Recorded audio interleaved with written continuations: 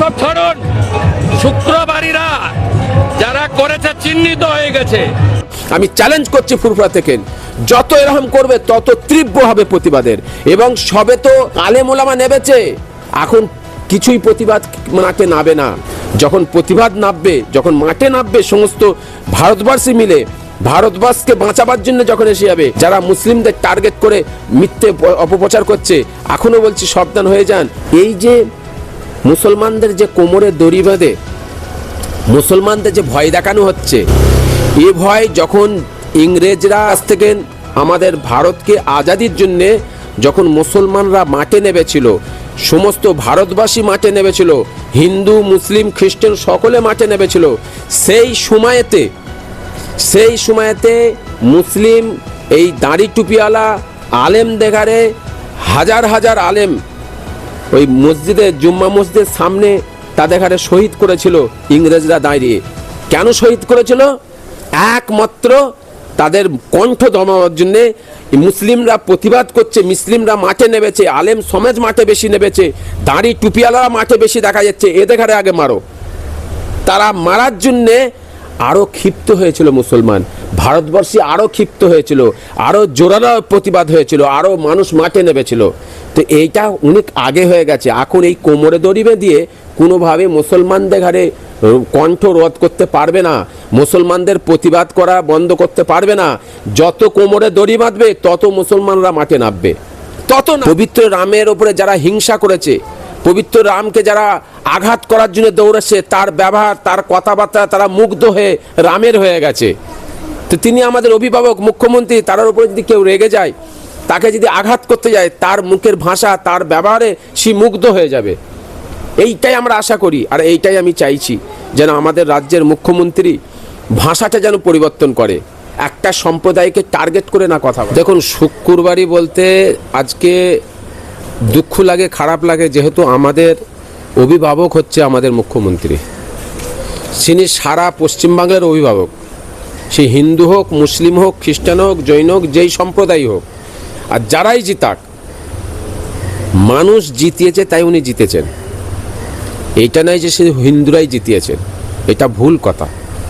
সবাই তাকে চেয়েছে তাই তিনি জিতেছেন। দ্বিতীয় কথা হচ্ছে, শুক্রবারই হচ্ছে শুধু মুসলিমরা একা শুক্রবারীকে মানে না, হিন্দুরাও মানে, হিন্দু সমাজও মানে, হিন্দু সমাজও শুক্রবারই আছে। তৃতীয় নম্বর হচ্ছে শুক্রবারটা এমন একটা দিন, শুক্রবার আমার দেশ আজাদি হয়েছিল, এই আজাদিতে মুসলমানদের সবচেয়ে বড় ভূমিকা ছিল। আজকে এই শুক্রবারই যদি না থাকতো, ভারতবর্ষ স্বাধীন হতো না। এই শুক্রবারের দের রক্তের বদৌলতে ভারত স্বাধীন হয়েছে। সব সম্প্রদায় যুদ্ধ করেছে, সব সম্প্রদায় লড়াই করেছে, কিন্তু মুসলিমদের লড়াইটা সবচেয়ে বেশি, ভূমিকা হচ্ছে সবচেয়ে বেশি। তাই আমাদের অভিভাবক মাননীয় মুখ্যমন্ত্রী, আমার মনে হয় আমি একজন ফুরফুরা শরীফের ধর্মগুরু হিসাবে, কেন উনি ধর্মগুরুদের হারে বেশি ফলো করেন, ধর্মগুরুদের নিয়েই বেশি থাকেন, আমার লক্ষ্য করে দেখেছি। তো ফুরফুরা শরীফের একজন ধর্মগুরু হয়ে, একজন পীরজাদা হিসাবে আমি ওনাকে বলবো, কেন আমাদের কাছে সব সম্প্রদায়ের মানুষ আসে, তাই আমি ওনাকে বলবো উনি যেন ওনার মুখের ভাষাটা যেন ভালো হয়, উনি যেন কোনো সম্প্রদায়কে একটা টার্গেট না করে। উনি সবাইয়ের অভিভাবক, সবাইয়ের অভিভাবক, সবাইকে নিয়ে উনি চিন্তা করে। কেন উনি রাজ্যের মুখ্যমন্ত্রী, রাজ্যের মুখ্যমন্ত্রীর মুখে হিংস্র কথা না হয়, মানুষকে যেন ভালো লাগে, মানুষের সঙ্গে যেন তার মানুষকে প্রেম ভালোবাসা দিয়েই তো নিজের সব কিছু দেখায়। পবিত্র রাম কি শিখিয়েছেন? পবিত্র রামের ওপরে যারা হিংসা করেছে, পবিত্র রামকে যারা আঘাত করার জন্য দৌড়েছে, তার ব্যবহার তার কথাবার্তা তারা মুগ্ধ হয়ে রামের হয়ে গেছে। তো তিনি আমাদের অভিভাবক মুখ্যমন্ত্রী, তার উপরে যদি কেউ রেগে যায়, তাকে যদি আঘাত করতে যায়, তার মুখের ভাষা তার ব্যবহারে সে মুগ্ধ হয়ে যাবে। এইটাই আমরা আশা করি, আর এইটাই আমি চাইছি যেন আমাদের রাজ্যের মুখ্যমন্ত্রী ভাষাটা যেন পরিবর্তন করে, একটা সম্প্রদায়কে টার্গেট করে না কথা বলে। কেননা খুব দুঃখ লাগে, সোশ্যাল মিডিয়ার মাধ্যমে দেখছি, তো এইটা যেন আমার অনুরোধ মুখ্যমন্ত্রীর কাছে। এবং পাশাপাশি দেখা যাচ্ছে যে কলকাতায় যাদেরকে পুলিশ করার জন্য অ্যারেস্ট করেছে, তাদেরকে কোমরে দড়ি বেঁধে খালি পায়ে হাঁটানো হচ্ছে। নাকি গুন্ডা দমনের আইন প্রয়োগ করতে চাইছে তাদের উপরে? না, কলকাতায় যেটা করেছে, যেটা আমার দৃষ্টিতে আমি দেখছি, আমি একজন রাজ্যের নাগরিক, এ রাজ্যের মাতৃভূমি আমার, আমি মাতৃভূমির ছেলে, আমি এই রাজ্যে আমি জন্মগ্রহণ করেছি, আমি ভারতবাসী, পশ্চিমবাংলার মাতৃভূমি। তো আমি যতটুকু লক্ষ্য করে দেখছি, এইটা হচ্ছে মুসলিমদের ঘাড়ে টার্গেট করা হয়েছে, মুসলমানদের ঘাড়ে টার্গেট, মুসলিমদের নাম সবসময় মুসলিমদের নাম উচ্চারণ হয়েছে।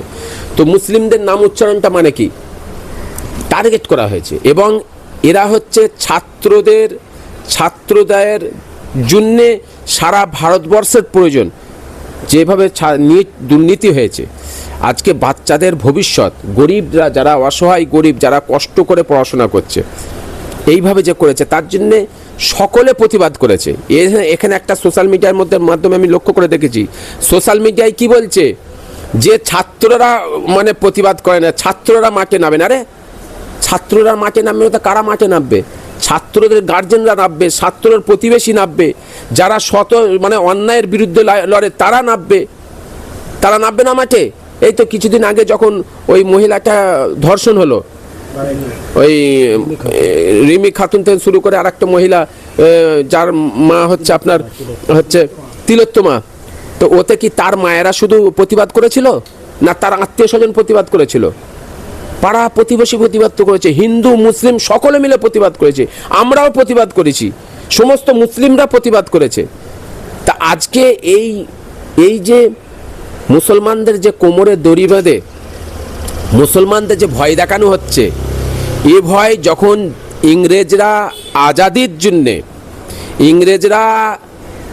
যখন ইংরেজদের কাছ থেকে আমাদের ভারতকে আজাদির জন্যে যখন মুসলমানরা মাঠে নেমেছিল, সমস্ত ভারতবাসী মাঠে নেমেছিল, হিন্দু মুসলিম খ্রিস্টান সকলে মাঠে নেমেছিল, সেই সময়েতে মুসলিম এই দাড়ি টুপিওয়ালা আলেম দেখারে হাজার হাজার আলেম ওই মসজিদে, জুম্মা মসজিদের সামনে তাদের ঘরে শহীদ করেছিল ইংরেজরা দাঁড়িয়ে। কেন শহীদ করেছিল? একমাত্র তাদের কণ্ঠ দমাবার জন্যে। মুসলিমরা প্রতিবাদ করছে, মুসলিমরা মাঠে নেমেছে, আলেম সমাজ মাঠে বেশি নেমেছে, দাড়ি টুপিওয়ালারা মাঠে বেশি দেখা যাচ্ছে, এদের ঘরে আগে মারো। তারা মারার জন্যে আরও ক্ষিপ্ত হয়েছিল মুসলমান, ভারতবর্ষে আরও ক্ষিপ্ত হয়েছিল, আরও জোরালো প্রতিবাদ হয়েছিল, আরও মানুষ মাঠে নেমেছিল। তো এইটা অনেক আগে হয়ে গেছে। এখন এই কোমরে দড়ি বেঁধে কোনোভাবে মুসলমানদের ঘরে কণ্ঠ রোধ করতে পারবে না, মুসলমানদের প্রতিবাদ করা বন্ধ করতে পারবে না।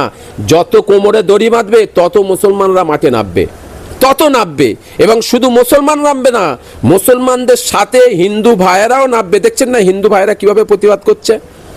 ভারতবর্ষে হিন্দু মুসলিম সব ঐক্য, একতা, ভালোবাসা, ভ্রাতৃত্বের মধ্যে থাকে। একজন হিন্দু আর এক মুসলিম ভাইয়ের পাশে দাঁড়ায়, একজন মুসলিম আর এক হিন্দু ভাইয়ের পাশে দাঁড়ায়। এইটা এরা কোনোদিন দুটোকে আলাদা করতে পারবে না, যতই চেষ্টা করুক, যতই কোমরে দড়ি বাঁধুক, আর যতই সোশ্যাল মিডিয়ায় এসে ভুলভাল কথাবার্তা, ভুলভাল জিনিস দেখানো, মিথ্যে জিনিস তৈরি করে সোশ্যাল মিডিয়ায় মানে ছাড়া, এটা রুখতে পারবে না, এটা করতে পারবে না। আমি চ্যালেঞ্জ করছি ফুরফুরা থেকে, যত এরকম করবে তত তীব্র হবে প্রতিবাদের। এবং সবে তো আলেম ওলামা নেমেছে, এখন কিছুই প্রতিবাদ মাঠে নামবে না, এখন কেউই নামবে না মাঠে। যখন প্রতিবাদ নামবে, যখন মাঠে নামবে সমস্ত ভারতবর্ষী মিলে, ভারতবর্ষকে বাঁচাবার জন্য যখন এসে যাবে, ভারতবর্ষের বাঁচাবার যখন ভারতবাসীদের কর্তব্য হিসেবে, তখন কাউকে খুঁজে পাওয়া যাবে না। ওই জন্য এখনও সাবধান হয়ে যান, দেশকে ভালোবাসেন।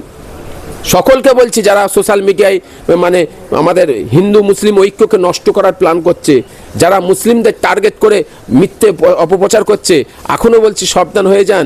ভারতকে বাঁচাতে হবে। ভারতের যে যুবকদের, যে ছেলেরা পড়াশোনা করছে, এদের দিকে লক্ষ্য করতে হবে, এডুকেশনের দিকে লক্ষ্য করতে হবে। তেলের দাম, পেট্রোলের দাম, ডিজেলের দাম বেড়ে যাচ্ছে, অর্থনৈতিক নেই, কাজকর্ম নেই, টাকা পয়সা নেই, মানুষের কাছে মানুষ হাহাকার করে চলছে, দেশ বিকিয়ে যাচ্ছে, দেশ দেনায় পড়ে যাচ্ছে, কোটি নয়, লক্ষ টাকা, কোটি টাকা হচ্ছে আপনার দেশ ঋণে আছে। এইগুলোকে আমাদের লক্ষ্য করতে হবে। আমাদের সমাজে আমাদের ভারতকে সুন্দর করে মানে তুলে ধরতে হবে, এটাই আমাদের কাজ, এইটার দিকেই লক্ষ্য করতে হবে।